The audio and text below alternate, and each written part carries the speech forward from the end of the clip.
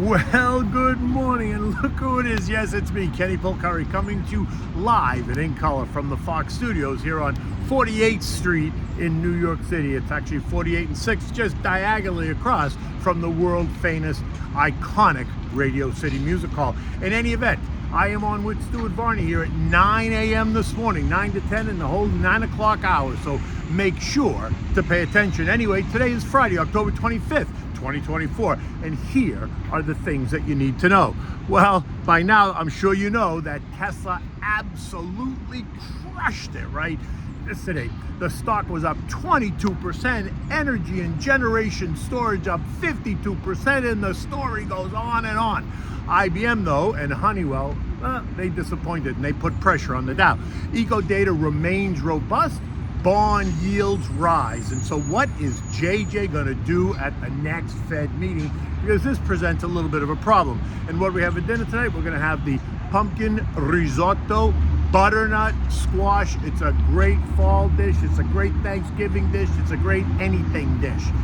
In any event, Tesla beat on all measures, right? Lonnie delivered a blowout quarter and raised his net worth by about $33.5 billion, bringing his total net worth to $270.3 billion as Tesla comes roaring back. Now that's sure to send Lizzie and Bernie and Chucky and Hakeem and the squad and the rest of the DNC into a tailspin as they look to change the rules to try to take his money as they promised to have him pay his fair share. Recall, he pays billions in taxes. The latest forecast in his report is up 30% in vehicle sales next year, while his Cybertruck finally generated quarterly profits. Autonomous vehicles is the key to growth, while with Robo-taxis due out in 2026 and energy storage businesses up 52%. Musk telling investors that he expects Tesla will become the most valuable company in the world, and probably by a long shot. At the end of the day, the stock was up 22% or $46 at $260.48. And so stocks rose for the first time this week. Treasuries rebounded just a bit, pushing yields just a little bit lower, while gold continues to trade around the 27.50-ish line. Oil lost 45 cents to end the day at $70.30. At the end of the day, the Dow lost 140 points. IBM, Honeywell, UNH, Johnson & Johnson, and Boeing all putting pressure on the index, while Goldman, Home Depot, McDonald's, CRM, and Amazon and JP Morgan tried very hard but failed to erase those losses. The S&P gained 12 points, NASDAQ up 140, the Russell up 5, transports lost 10, while the equal-weighted S&P added 2 points.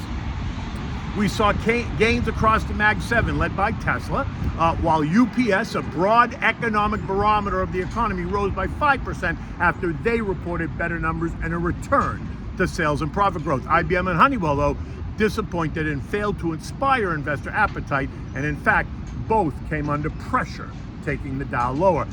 Economic data continues to show a robust economy, and that continues to put pressure on JJ, because the current narrative is not what he told us it was back in September. Let's get ready for no rate cut in November. Yesterday we saw new home sales up a whopping 4%, while Chicago and Kansas City business activity was better than expected. Manufacturing and services PMIs both better than expected, although manufacturing remains in contractionary territory, but services remains in expansionary territory. Initial jobless claims fell by about 20,000 jobs, and that's a positive. Earnings continue to run at better than 80% beat rate, which is better than the average, but remember, the bar was really low this quarter. But we still have 3 weeks to go before the end of earnings season, and with only 11 days until the election, do not discount some volatility ahead. In the end, as my friend Tom Essay says, Tom Essay of the Sevens Report says, the Goldilocks data that's in line with expectations, right, not too good, not too bad, is the best outcome for continued rebound in stocks and bonds. Now, 10-year treasuries, which had ended Wednesday yielding 4.25%, lost 4 basis points yesterday to end the day at 4.21%. The 2 years yielding 4.06%, while the shorter duration 3 and 6 month bills are yielding 4.46 and 4.5% respectively. 30-year bond yields are now yielding 4.46%, and that yield is up 15.3% since JJ cut rates in September. Now remember, this is the 30-year bond is an inflation risk proxy. Bond prices and yields are sensitive to both current and anticipated inflation.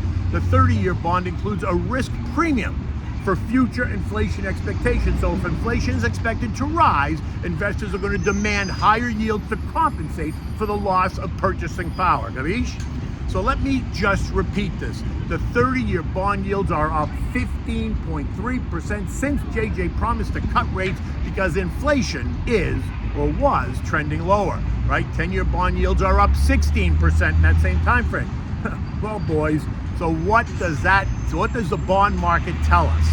What does it say? At some point, the government's going to have to stop spending, or they're going to have to raise taxes significantly to make up for it. So you choose. Oil declined on the idea that supply is going to overwhelm demand, and if Donnie wins and he opens the spigots, the conflicts around the world were not an issue yesterday, then if he opens the spigots, then expect supply to continue to rise, and that will put pressure on prices. And that's going to annoy the Saudis because prices are going to decline. So don't be surprised if the Saudis then open up their spigots, driving the price of oil even lower to punish U.S. and other swing producers. Recall what happened in 2017, 2018. In any event, it is what it is. And today, oil is trading up 35 cents at $70.54, remaining tied to the trend line at $70.56.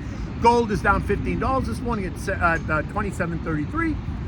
As traders are taking profits and locking in some of those recent gains. Gold remains in the 2,700, 2,800 trading range. U.S. futures are up. Dow futures up 85 points. S&P's up 14. The Nasdaq's ahead by 60, while the Russell's up 10. Eco data today includes durable goods, expected to be down at 1%. Capital goods orders expected to be up 0.1%, while capital goods shipped are expected to be flat. We're also going to get the University of Michigan sentiment surveys, not a market mover by any stretch. Next week is a huge economic data week, and that's going to be the focus. NFP is out on Friday, and that's going to be the focus as it's just 7 days before the next Fed meeting.